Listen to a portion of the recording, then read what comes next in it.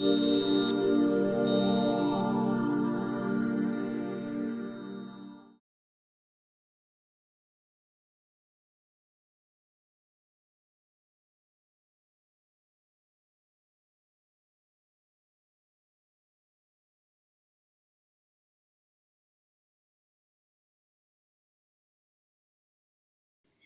I'm really super excited to speak to you today, Julia, and for the Paradigm Shifter series for NYU SKIRBALL, with which, of course, you are very familiar as a performer and composer in New York City.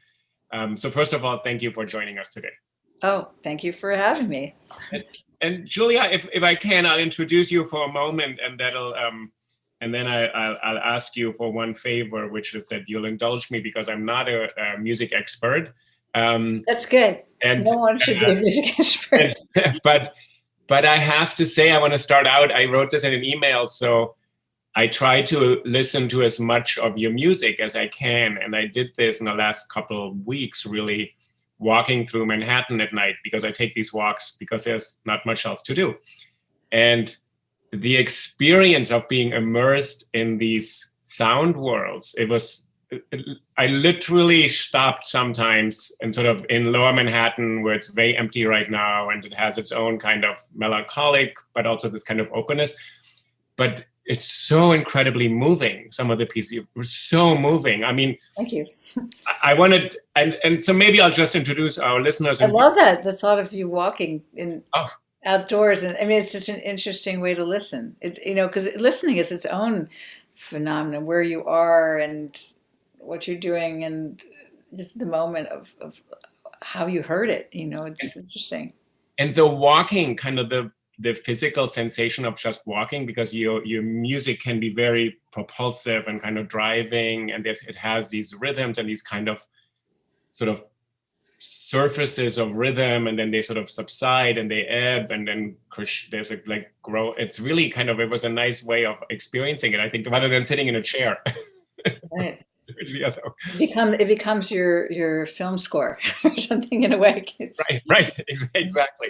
So for just our listeners and why we wanted to talk to you today, so you are, of course, one of the great American contemporary composers, have been recognized. You've won a Pulitzer Prize. You've been awarded with a MacArthur Genius Grant, which is wonderful. It gives you some space to think and be creative, kind of a liberating award. And some of the pieces I think that people have probably encountered are maybe starting with the recent one, Fire in My Mouth, which I would love to talk about a bit, because it's also inspired by a location here in New York City, in Greenwich Village, as we know.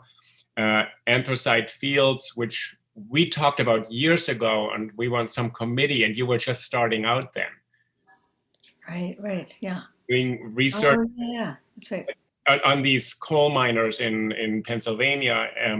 And then some of the other works you've done with Bang on a Can, where you're co-founder and artistic director, is really take classical music into a completely new space, I think. And I think the great thing is that you've probably brought an enormous amount of listeners into spaces where they really hadn't felt they would be comfortable or welcome. We really wanted to do that. I mean, just to feel like we had such an incredible experience with music. Why can't we share that? And it might be not mainstream listening, but it's such a powerful experience. So many great pieces of music give you that experience, and we just thought, let's invite people in, just a more inviting in, so that it's a bigger conversation.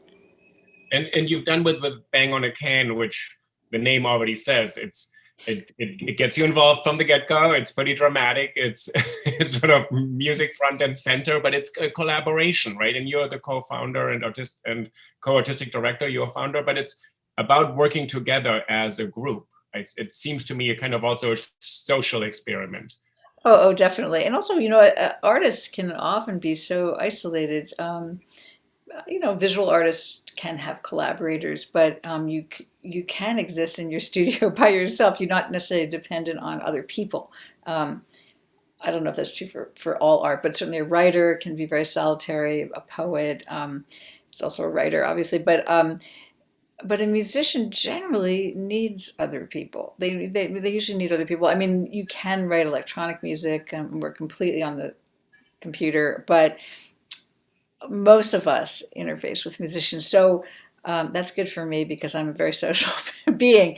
And I think that so there is already this sort of natural collective sense when you're in music. But this organization, Bang in a Can, which really is a very irreverent name, very intentionally irreverent, uh, really is a home base. It's a community for me in the midst of this crazy world. It's a wonderful kind of oasis in a way. And as a composer, when you see yourself, it is to think of collaboration because you are probably in your study or wherever you composing these things. And I'm just imagining, do you actually start to imagine when you're writing and when you're thinking of pieces, how they would play out with all these different people Oh involved? yeah, yeah. I'm often the audience when I'm writing, Okay. and I don't write for the audience because I have no idea who's going to be sitting there, what they're going to like. I have to be the judge of what's moving, or has to move me, or has to mean something to me, and then there's the hope it will mean something to someone else. Um, but a lot of times you kind of, I at least consciously create that distance. So I'll be working on a piece, sometimes on the piano, which is behind me, or on the laptop, and I'll go, okay, I'm walking in, I'm sitting down. I actually go through this process. I'm sitting down, and it starts. Certainly at the beginning of a piece, what what's my lead in, or what are my words or my musical words that I'm trying to say, and I'll go through it as if I'm a listener. I guess in a certain sense all composers are heavy duty listeners. They're always listening to what they're creating as they're imagining it, whether it's actually physically listening to it or imagining the listening. But there's, in a certain sense, you're like a perpetual audience as a composer. And what do you think happens to an audience member once they settle in and sit down, once we're all back to live performance? And there's something about you go through your daily life and then you listen in. And I mean, I was brought up very much with classical music as a reverential moment. It's like going to church or temple. You sit down and then you're really, really super quiet. And now something is going to happen and it's different from the time before. Yeah, it is. It is a kind of sacred space in a way. I mean, it's outside of, well, certainly if it's a live concert, which is what we're all looking forward to getting back to. Um, it's outside of your normal daily mundane living. This is my mundane living. So you suddenly have this opportunity to be transported, and if it's a great piece or a great moment, you just allow yourself to go there. I mean, that said, sometimes there are formalities with concert presentation that we've as an organization, certainly Banging a Can is challenged. Like, do we need that formality? Do we need to let people move around, or do we need to have a different kind of space, or do we need to have a lighting or something that changes our habitual mode of listening to concerts? But that said, I think even in a very conventional setting, it still is a kind of escape in the best sense of the word. It's a way to be transported and to be touched, really, to be moved. Yeah. It's interesting. I talked to Richard Schechner a couple of weeks ago, who, of course, also said, where does the performance end and where do we start? We're performing ourselves. But when you just said you enter into a space, the two pieces I listened to quite a lot over the last couple of weeks is Anthracite Fields and Fire in My Mouth. And they're very distinct spaces that you're recreating, the coal mines in Pennsylvania and the sweatshop in early 20th century America. So there's also something about people going into a place to work, and then they're subjected to certain rhythms and behaviors. It's not the sacred space of a performance. But I'm curious, maybe we can talk either one of those pieces, but you do actually recreate a bit of an experience of being in a particular sound space. Yeah, I mean, with those pieces, for sure, they're very much based in history and in environments, and that was fascinating because I don't know those environments firsthand, or I didn't know those environments firsthand. So especially, let's say we look at Anthracite Fields, to literally go down into the coal mines. I think I must have gone. I went down 3 times. You can actually go on a tour. You go to this there's a little museum, that's an amazing museum actually in Scranton, Pennsylvania, that depicts everything about life in the 20th century related to mining in that region. And they have outside, there's this track that goes down into the ground, this little cart. Most of the tours are led by retired miners. They're school children going down on these things, or just visitors. And it's not for everybody. If you're claustrophobic, I don't recommend it. But you get into the cart and you have some protective gear, not a lot, but and you go down these tracks into the mine, and all of a sudden it is so dark. The darkest environment I've ever been in. There's actually one moment where the tour guide that we had said, "Well, let me show you really how dark it is," and he switched off any of the kind of extra lighting so that you could see where you were, and it's completely black. And I had never seen anything that dark before. Just there's no light at all coming in from anywhere.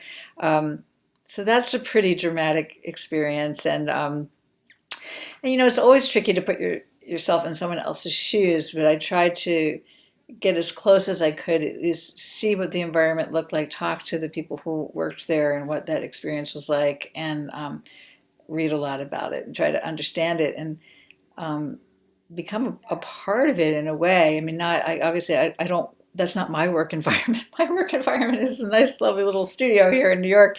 But that also was an interesting thing because I'm from a small town in Pennsylvania, just south of this region. And when I went to kind of introduce myself to this community, I let them know that, it would have been fine if I was a New Yorker from birth, totally fine. I could be a city slicker, but I actually wanted them to know somehow it was part of my connection to them. I was saying, I grew up near here. My grandmother grew up in Scranton. And so just to diffuse any idea that I'm some outsider, an artist coming in and kind of just wanting to make some piece about these people. But I really wanted to listen, go there, be low key, but just hear what they had to tell me, as opposed to coming in with any preconceived ideas. So that was a really wonderful experience to just go and there's so many stories related to people telling me their stories, but I loved that experience of just let me go see what do they have to tell me. And And families of miners. So you talk to people who have generations of miners in their families? yeah, so a bunch of the I guess I mentioned that a bunch of the tour guides that are connected to this small museum. It's called the Anthracite Heritage Museum. So it's just outside of the city of Scranton. I guess technically in Scranton, but not in downtown. And so the curator there, the museum curator, was able to connect me to certain people. But then I was literally in the gift shop because I went through the whole exhibit, which is amazing. Amazing. They have everything: the tools, the newspaper articles, all the political issues, all the labor issues, a simulation of the wash house. I mean, everything was there. But I'm milling through the gift shop because they're interesting books, and I like gift shops. I love museum gift shops. So there I am, looking at little figurines of coal, and this woman who's working behind the cashier says, "I heard you're writing about coal mining. You're writing about this community. I have a lot of stories." And I said, "Oh, really? Well, what are your stories?" She said, "Well, I've been writing about my life forever." And she had literally, I wound up getting together with her. This is Barb. She had like a stack of writing. I didn't use any of the text that she had written, but I learned all about her life. She grew up in a patch town. The patch towns were the towns that the company built.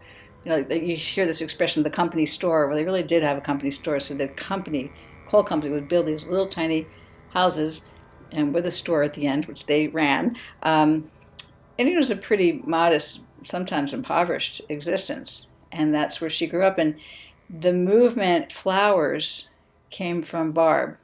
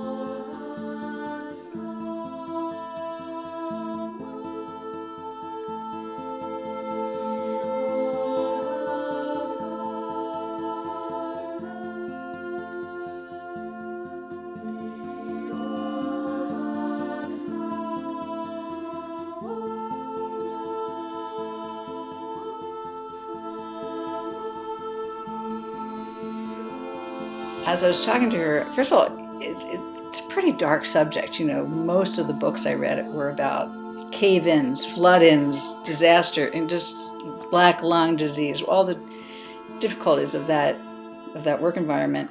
But she was super sunny, just very sunny. She talked about picnics and family events, and she said, "Oh," and she said, "We all had flowers."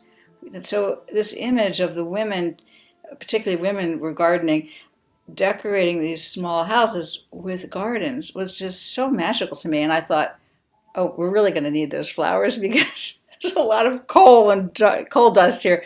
Let's have some flowers in this piece. And that came from literally her just leaning over and saying, I have a few stories to tell you. Again, being open, not just saying, I don't know who this lady is behind the cash register, but going, oh, you do, and actually listening. And anyway, it was wonderful. I mean, she came to a few performances and, just that's a whole nother side of it. But just going in and recording what people had experienced was so this piece is kind of both on a concrete level. It's, you say at some point in some interview, you say the fuel of the nation. It's sort of, it fuels the nation, and we still depend on coal more than any other energy. So it's really very real material. But then you're also going into a history that has not really been told. You're interested in labor histories and people's stories that have been forgotten. And I think the tunnels also, there's something very primal for us to go into the earth, literally people going deep in and extracting something, which now we would frame maybe very quickly through global warming or these things. But what you're interested in is getting to a personal history that lives in people and their bodies and their memories, but isn't maybe the official history or quite the official history. Yeah, I mean, a number of people have written about it, but it's just not mainstream history. I certainly didn't learn in high school. Right. I didn't learn about coal mining. So it's, and I didn't really learn about labor history. It might have been glossed over. Maybe I didn't notice it, but it certainly wasn't the main focus. You learn about presidents, you learn about war. You don't necessarily, depending on what high school you went to, I guess, you don't necessarily learn about labor history. So while it certainly is well studied, and many labor historians out there, I think for the general public, it's not necessarily general knowledge. So that was interesting to me to uncover that. And so many things might have been known in the day, but were forgotten. So one thing that I was really fascinated by was, were the speeches of John L. Lewis. So John L. Lewis was the head of the United Mine Workers Union. Really fiery guy. Actually, these speeches are on YouTube. You can go on YouTube and see him talking to some congressional committee or something like that. And he's very kind of like Orson Welles, he's got these thick eyebrows, and he's like, if we must grind up human flesh and bones in this industrial machine that we call modern America. Is it any wonder that there's lamentations in the mining towns of this country? Is it any wonder that there's a spirit of rebellion against this condition manifested now by the memorial services and the prayer to high heaven that's going up from every mining community? And everybody's like, you can actually, in one of them, you can actually see the stenographer. She's kind of like, yikes, he was tough as nails, and, saying it like it was. These people are putting their lives on the line, and we're all living in comfort. And so these ideas are so fascinating to me, but also so relevant today, that how people are treated in workplaces. It's a timeless, unfortunately, a timeless subject. So anyway, I guess there's This surfaces a story, and it connects to your own story. You said you grew up around there. Actually, I thought about this after listening, which is strange. Both my great-grandfather and my grandfather, who I never met, who I never knew at all, they were both mining directors. And my mother is named Barbara because Saint Barbara is the saint who protects people who are working underground. She was named. Oh, wow. She was named, and so we have a little statue of Saint Barbara and my mom, and I have this kind of weird chandelier which is kind of strange, which has two miners with hammers and everything. So, and Oh, isn't it amazing? yeah, it was very strange. They were engineers, and I never knew them at all. But so this is. But I wanted to ask you about these stories, to excavate these stories about workers, and the other piece we'll talk about in a little bit. There is a section in this which I found incredibly moving, where you have the chorus, and there's a large chorus of people reciting the names of miners who. And can you say something about that? It was just, it actually made me cry. Well, it made me cry too. Even before I said it, even. Yeah. There's something very magical about setting names, Mm-hmm. you know, and so I found this, and I was so open to finding whatever information, you know, it could be an advertisement, it could be a document of some kind. So I found this list that was an accident mining list, an index, and it was so long I couldn't possibly set all the names. It wasn't the list of people who had died in the mine, but they had somehow been injured in the mine, and so you know, from A to Z, hundreds, thousands, so many names. So I thought, okay, well, what am I do? I really like these names, and they're so, many of the names are so beautiful, also because they are expressing or communicating where they're from, especially the Italian names. These multisyllabic Italian names are so beautiful. So I started off by just narrowing it down to the Johns and Franks and some other one-syllable name. And then I narrowed that to one-syllable last names. And in the end, I just did the Johns. And John is like kind of a term for the everyday person, like John Doe. So the Johns with one-syllable last names in alphabetical order. So there is every John with a one-syllable name that's on that index is in this piece. And so first it's just sort of in a way a little bit anonymous, because John Ayres, John Baines, John Bates, you know, it's just John. And there's almost like a rhythm to that, because it's just one, you know, bum, bum, bum, bum, bum, bum. John Grant, John Grass, John Gray, John Green, John Gregg, John Grimm, John Grimes, John Grimm, John Grimm, John Gross, John Gross, John Guy, John Green, John Bull, John Mann, John Kane, John Buck, John Lear, John Hess, John Hayes, John Hines, John Hogg, John Holt. So we go through this whole long list, and then the piece has other text that has to do with coal, how coal is formed, you know, that it's from vegetation, leaves and branches. And then at the end, we return back to the names.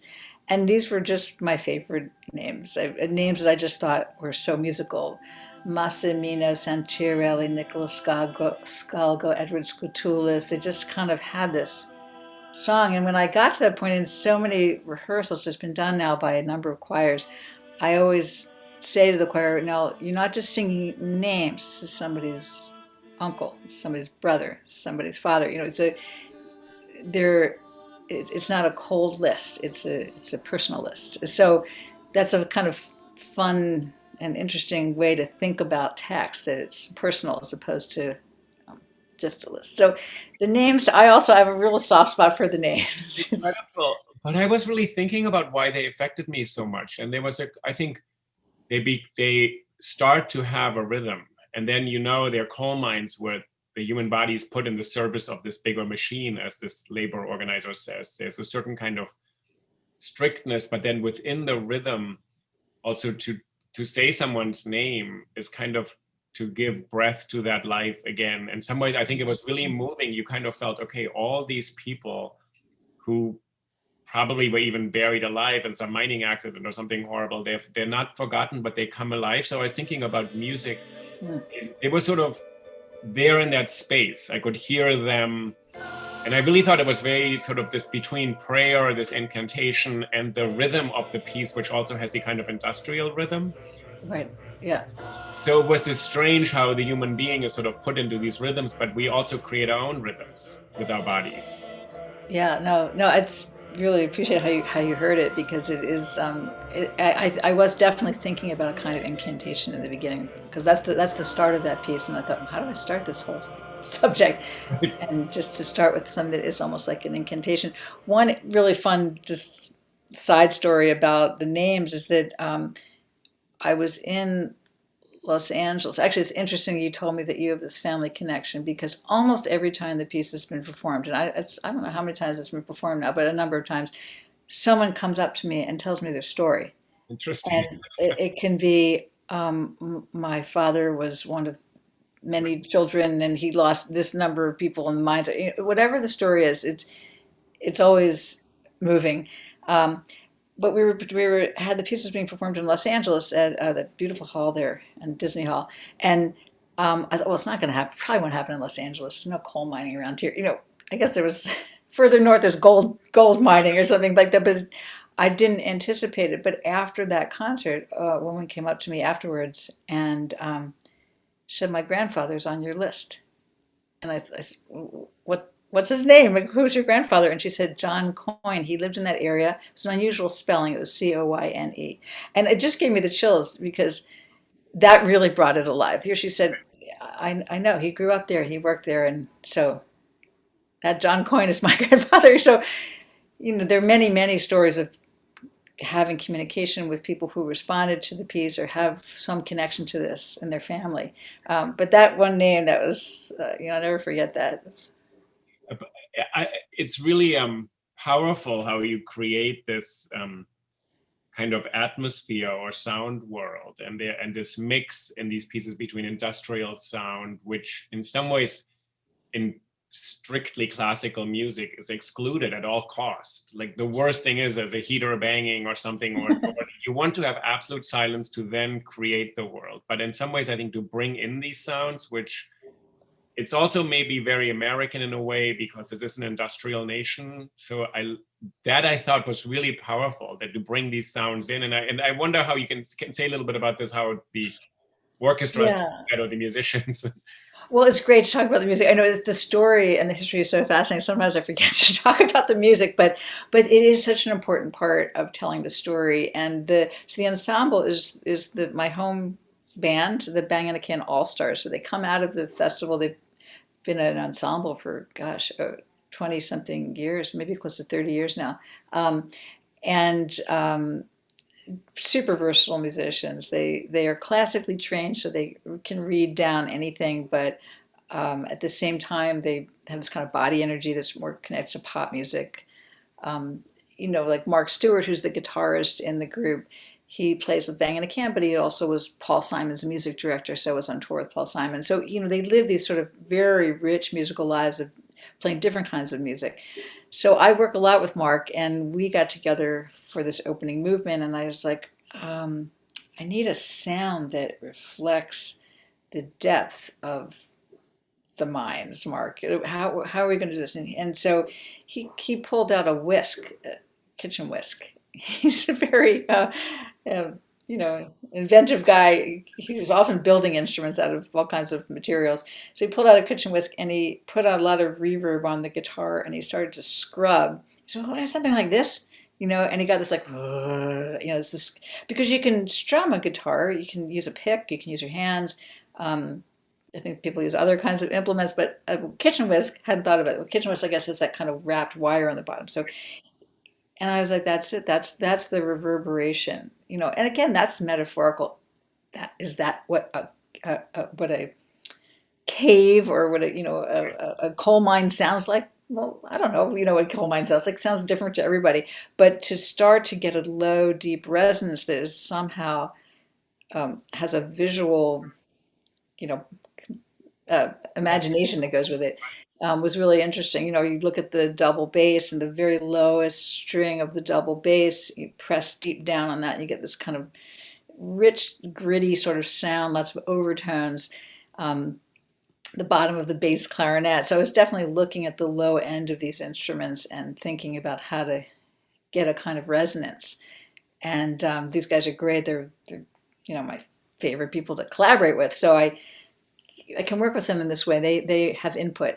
But when you're creating music, you don't see this the parameters that traditional sort of composers say, like, this is the end of that instrument. You don't take a kitchen whisk to your guitar. And so you're like, I want to create this, and this is what I want to hear. So it Yeah. seems to be very open to say, okay, this Yeah.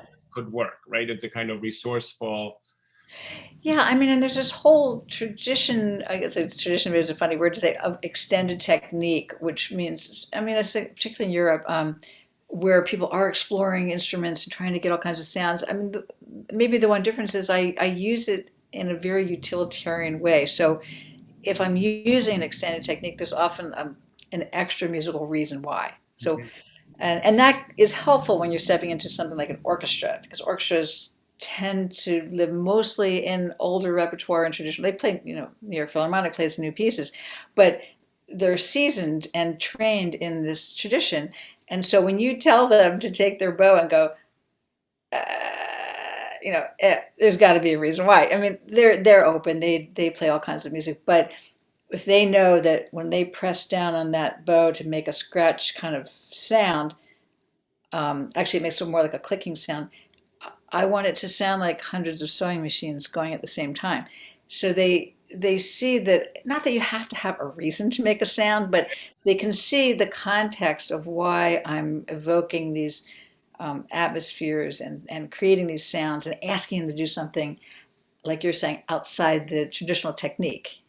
Well, Julia, you're a gregarious, kind of infectious person, which probably helps. But how do they actually respond to this? Because there are reasons why the music and the orchestration grew up in this way. It wasn't just to confine people, but in some ways, like how do they actually deal with everything? Use the bow. Well, everyone's different. I mean, like when I'm working with the bang and the canisters, they're super game. They're like, yeah, let me show you the weirdest sound I can make. And then they like playing beautiful melodies as well, but they're completely open. When you're stepping into a large professional orchestra like the New York Philharmonic, well, it's terrifying. I was terrified to walk in. Oh, really?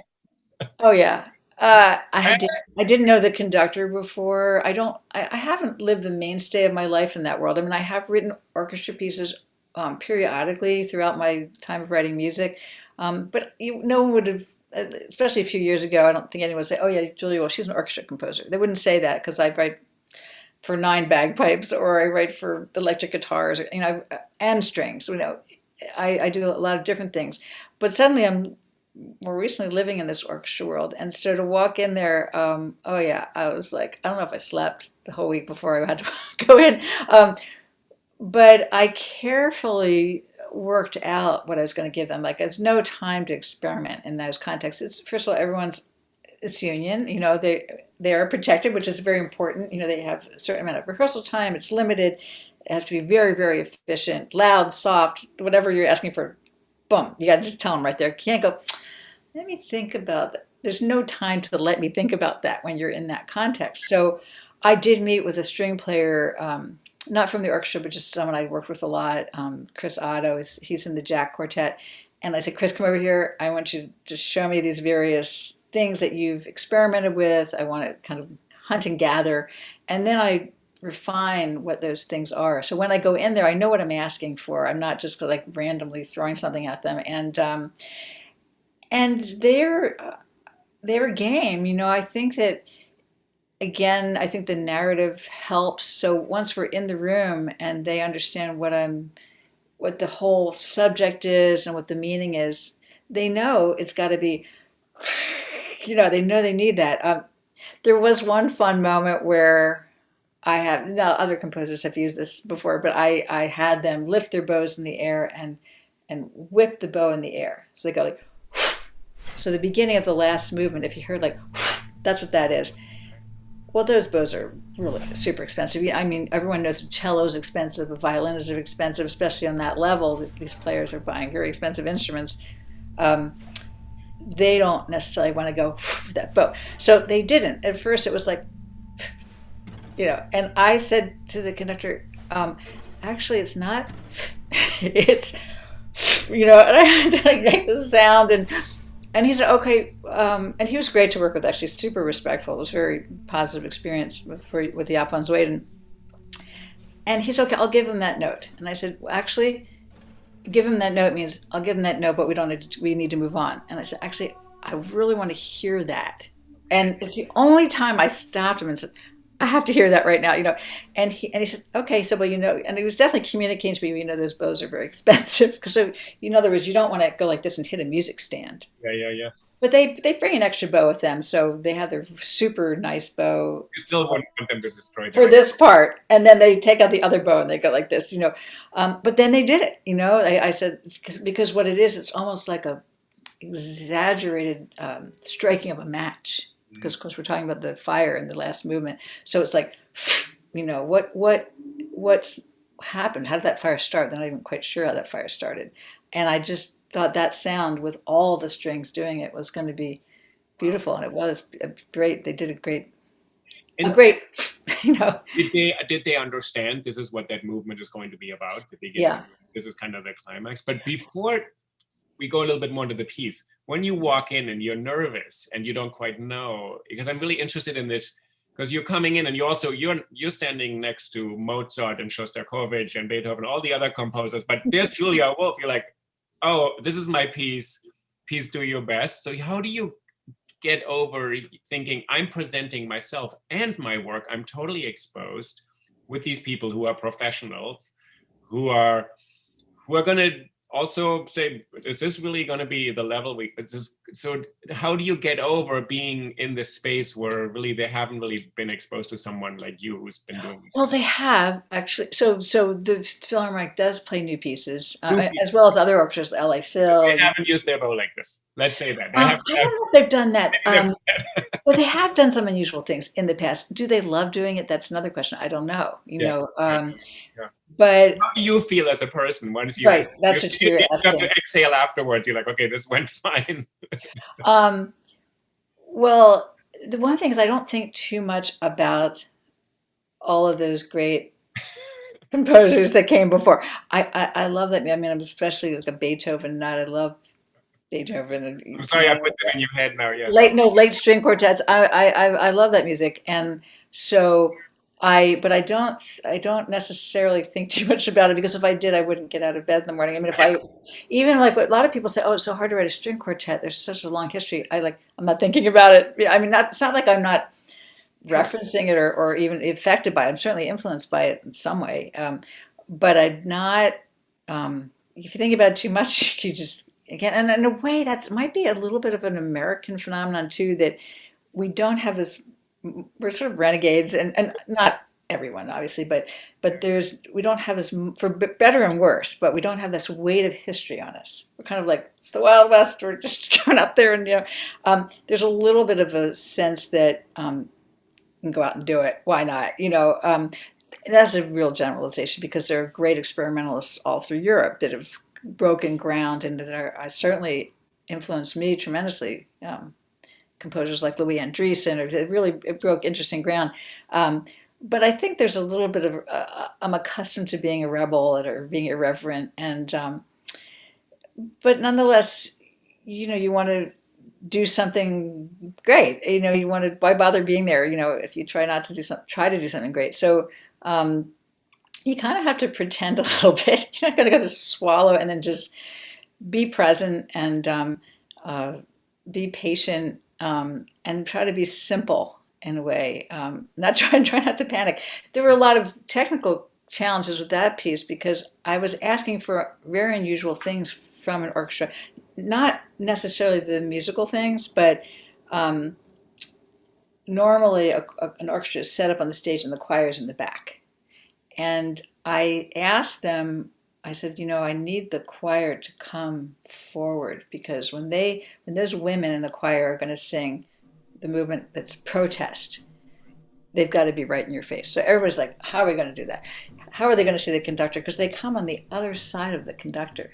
So I don't know what I was thinking, and I said, no, I know they have to be together. The music has to be, can't have a train wreck. The music has to be together. But the difference between them being in the back and them coming right up front and saying, I want to, that's huge. And they got that. And they said, okay, well, let's figure out how we're going to do that. Mm-hmm. And I guess I convinced them in one of the meetings. And so what we had in that piece, we tried a couple things. We tried having conductors that were mirroring the main conductor. But in the end, we actually had the conductor on a screen speaking of screens, in the back of the hall, So and there was fire always see them. so if you were watching the piece, you see the conductor, you see the singers, but if you turned around like this, you'd see him on a screen, and that's what the singers were able to see. It was nerve-wracking until it all got set up because can there be a delay? You know, this whole issue of Zoom has a delay. That has a tiny, tiny bit of delay as well, but it was so minuscule that it worked, and they could make it work. But these are the kinds of things that are a little bit of an unusual ask in an orchestra setup.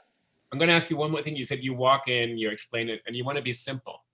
What do you mean? You kind of don't want to make it too complex. You wanted to get it and say, let's try this.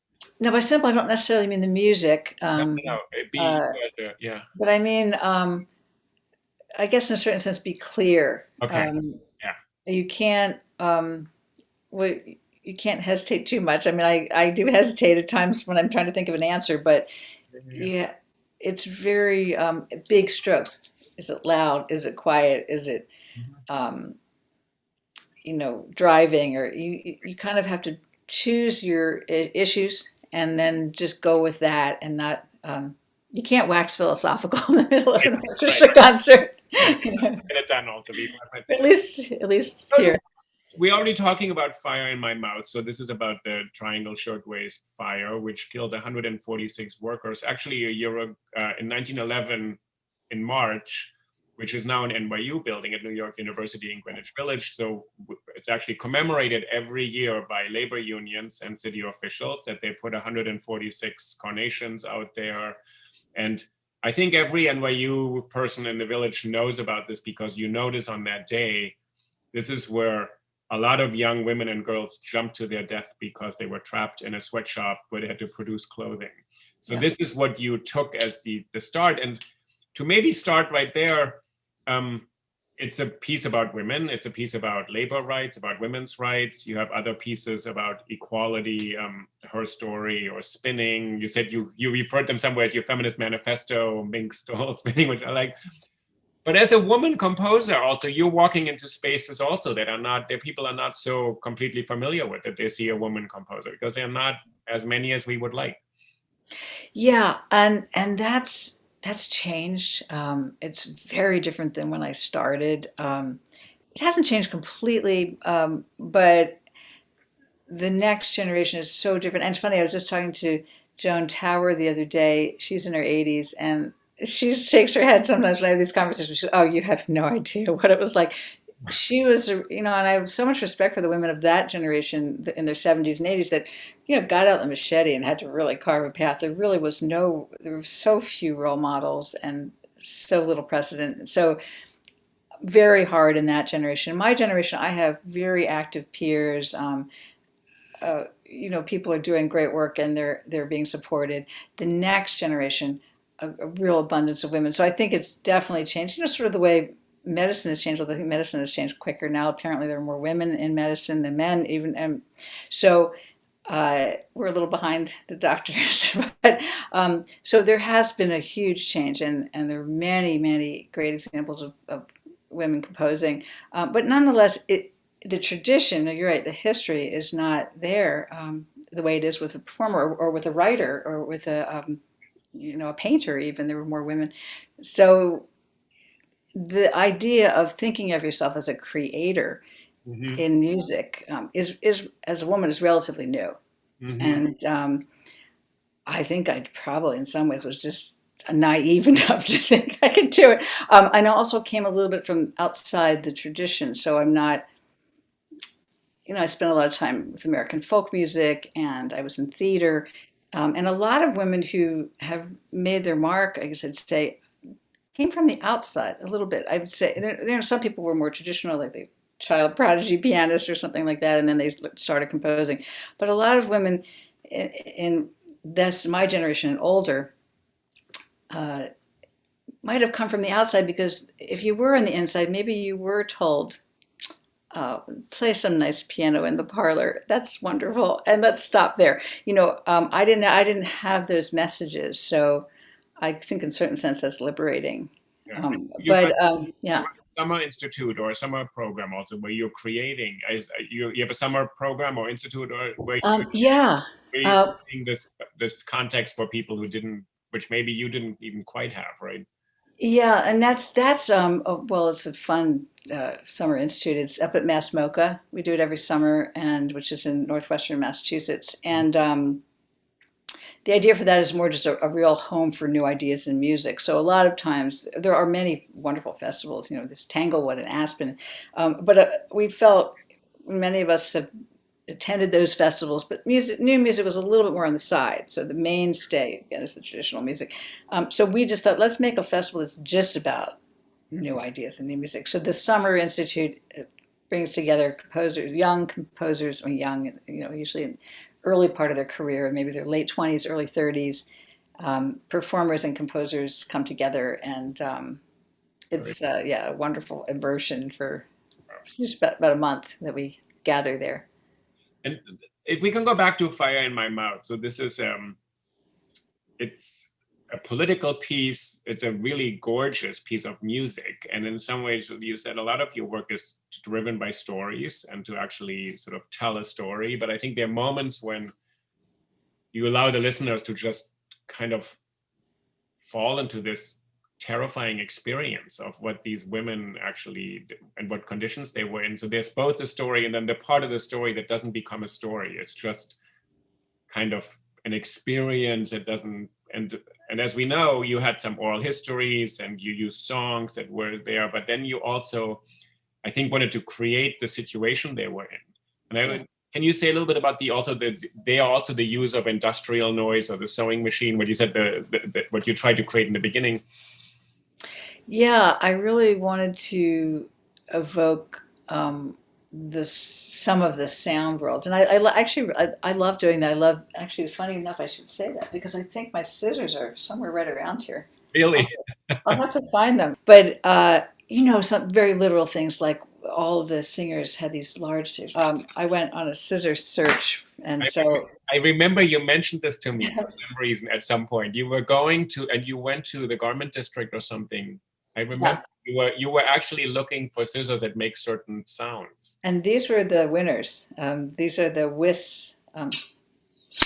They're just wonderful. So that's just fun to suddenly have that be a part of the sound world. And there are different things. There are, in the last movement, there are kind of bells that toll. There are actually chimes that percussionists use. And they did ring bells for the women who perished at that time, and as part of a memorial. A lot of literal references. I mean, the one thing I should say is that the hardest thing to set was the last movement, because the piece is really about these women, and it's about their fight for better working conditions, right? So I wanted it to be about them. I didn't want it to be about them as victims, but them more as activists. So the 2/3 of the piece, you've got them as activists and thinking about their lives and how they came here. And we're mostly immigrant. There were men in the factory too, but primarily young immigrant women. So 2/3 of the piece is about that. Then I get to the fire and I'm like, oh my God, how am I going to set the fire? It's a tragedy. You don't want to be too sentimental about it. You don't want to trivialize it. You don't want to over romanticize it. It's just a horrifying event. I think it was something like in 18 seconds they burned. So flame went up. How do you capture that? Well, I used the least text in the moment where I was depicting the fire, and I just thought I have to make the orchestra really loud. So it's just like, it's just the brass, everybody's in and just screaming almost. And I just had the voices do something really simple. They just say, I see them falling. And they say that with, I see them. They kind of slide down, what we call music glissando, falling, and they just say this simple thing over this kind of sound. It was just a challenge to get to a point where I felt comfortable with how it was represented, because it's gruesome, and I wanted to have a certain kind of respect for for the dead. I mean, there were images that we didn't use. And actually, I said that specifically to Jeff. I should mention Jeff Sugg, who's a beautiful videographer, scenic videographer, who made all the visuals that go with this piece. And it's not the piece without what he does. He worked also on Anthracite Fields. But I said to him, let's not have any burnt body. I don't want to see any broken bodies on the ground. Of course, there were. And if you go online, you just look up Triangle Shirtwaist Factory Fire, you'll see these photographs that are very important. But I somehow didn't want it to be so graphic. I wanted you to know how horrible it was, but not drag you through every inch of it. So that was a hard thing. But as you're saying, it's creating the image of it or the sensation of it in some artistic way. But that was the hardest. It kind of gave me a pause to figure out how to capture that. And what do you think? Do you have any sense of what your audience? How do you think how are they afterwards? Do you think? Do you have any idea? I mean, it's not like that you want them to feel or have seen something or heard something, but what do you think? Because I felt really kind of speechless. It sort of takes your breath away in a way. You are in this space, and then there's a kind of excitement, and there's protest, and there are these voices and these women who speak out, and then the piece ends in this kind of really dramatic finale, but then you don't quite know, I think, and it's, we want art to do something about these terrible things in the world. Like, I think we hope that it's not exactly catharsis, not exactly solace, not exactly we know, but it still does something with that experience of loss. Yeah, and it's interesting what music's role can be. It's not the same as, I'm a very conscious person, but it's not the same as great activists making change. But I do think it communicates. I think it's important, as everyone always says, to understand history, because if you understand history, then, well, we always do repeat ourselves, but maybe there's some consciousness and some evolution towards a better sense of humanity.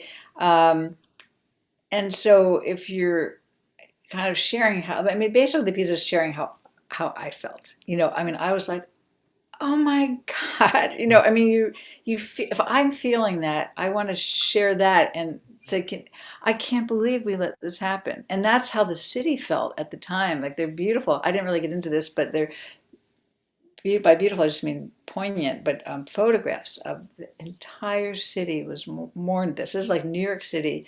The day after the fire, or I can't remember when the funeral march was, but these hordes of people, tons of people went into the streets, and they mourned this loss. In a way, I don't even know if we mourn this way now, but it was just a huge outcry, and everyone knew that they had been let down. It was okay, yeah. Very bad factory owners, not putting into safety code, but it's more than that. It's having safety code, it's having fire code, it's having labor laws, and we're all a part of that. And I guess my emotional feeling about it was,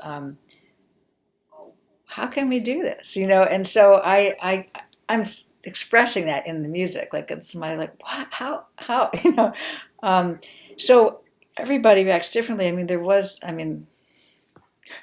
not to toot my horn or something, but there was a really strong reaction. The piece ended, and the whole place stood up.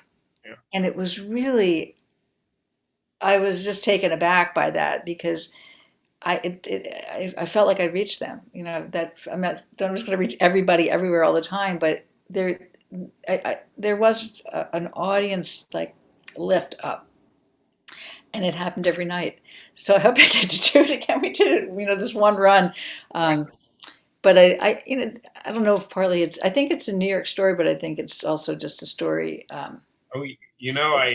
Everywhere. I teach the story because we both teach at New York University. So it happened in one of the buildings. And then in 2013 in Bangladesh, the Rana factory collapsed, and this is where they make fast fashion, which all of us consume. So all the clothes that are made, and then some of those companies moved out of that, they moved right back in. So H&M, Adidas, Nike, they all produce things there that all of us consume. So my students, in some ways, what you just said, that the audience felt something collectively, I think that's quite important, that we feel something as a connected group rather than in isolation. And my students, I make them think about, okay, we outsourced this, but these things still happen 100 years later. They're just not on our continent, but that doesn't mean. So I think by bringing this work back to New York, it's not New York, we solved these problems, we're done. We're still consuming fashion. We're not done. I know. We're not done, exactly. Yeah. But I think also partly that it's an audience, it's as a collective you experience something. I think that's quite important, that you think other people around me maybe also feel this is wrong, because that's maybe the beginning of a movement, or of what you're saying activism is, that actually if you're sitting in a theater and thinking, I feel really touched by this, the other people feel too, maybe we could do something together.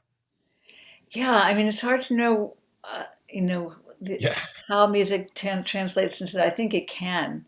And, but I probably need, the education of it, my own education, learning more in depth about it, showing it in this emotional way, because I think in a way it's kind of an emotional telling of a history. And then we need those people to go out and, we need boycotts, and we need, with all those other functional things that actually, right. A lot of people dedicate their lives to. It's such an important part of it. So I hope this is a kind of awareness, and and even if it translates into other settings, that there's a kind of awareness and understanding. Yeah, and I think there's sort of, people do different things. I think symbolic change is vitally important, and I think for you to focus on, these were 146 women and girls really in the Anthracite Fields, the Louis Hine pictures you show, these were boys working, that there were no labor laws, so they are 12, 14-year-old boys who are in the coal mines. And you look at these pictures and you're thinking, wait, they cannot send these little boys into the coal mine with these big gloves. So the one thing I also thought, the history, we will forget it again unless people like you put it back on stage, because history is just going to just be disappeared again. Yeah, I mean, it is good to remember, and also for me, it was sort of an illumination. Sometimes we think, oh, we're so progressive today, and I think there is some evolution, and things have changed, and many things haven't changed, but many things have improved, and certainly safety things have improved. But let's see what I was going to say about that. I lost my train of thought. But we think we've improved in a way. Oh, yes. That's what it was.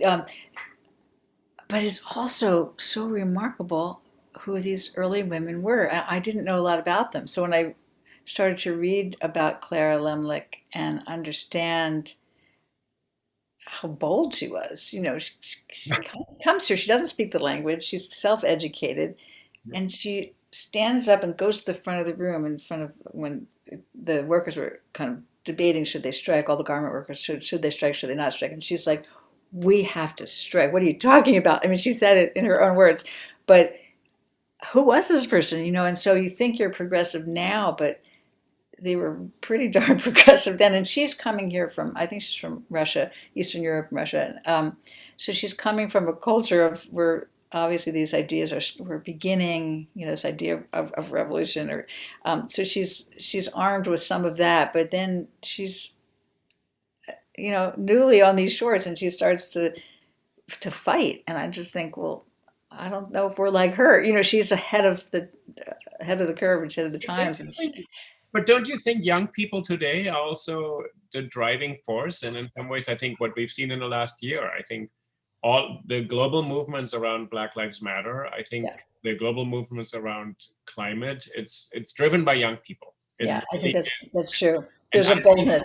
Yes, and that comes with not being, strapped down and going out, and I think it's definitely true that it begins there. Oh, that's ideally where you begin as a young person, to kind of imagine something that that all these older people have messed up, and Julie, I'm going to ask you two personal questions at the end. The first one is, what kind of music do you listen to when you're not listening to your own music? Oh my gosh. Well, sometimes when I'm writing a piece, I try not to listen too much, because you kind of have this other music in your head. But I listen to everything. I mean, I listen to fiddlers, some favorite fiddlers. I love Bruce Malsky is like an amazing fiddler. I listen to, well, I teach, so I listen to all my students' works, and I'm always listening also to Michael Gordon, David Lang are my co-partners in Banging a Can. So what they're working on, sometimes in the middle of when they're working. My colleagues at NYU, are just there's yeah. But what else do I listen to? I listened to Beyonce the other day. I had Beyonce because I wanted to just kind of see what her latest, So it's pretty open. I don't really have one genre that I listen to. Yeah. But that actually shows in your work, I think, how you're able to pull from all these different things.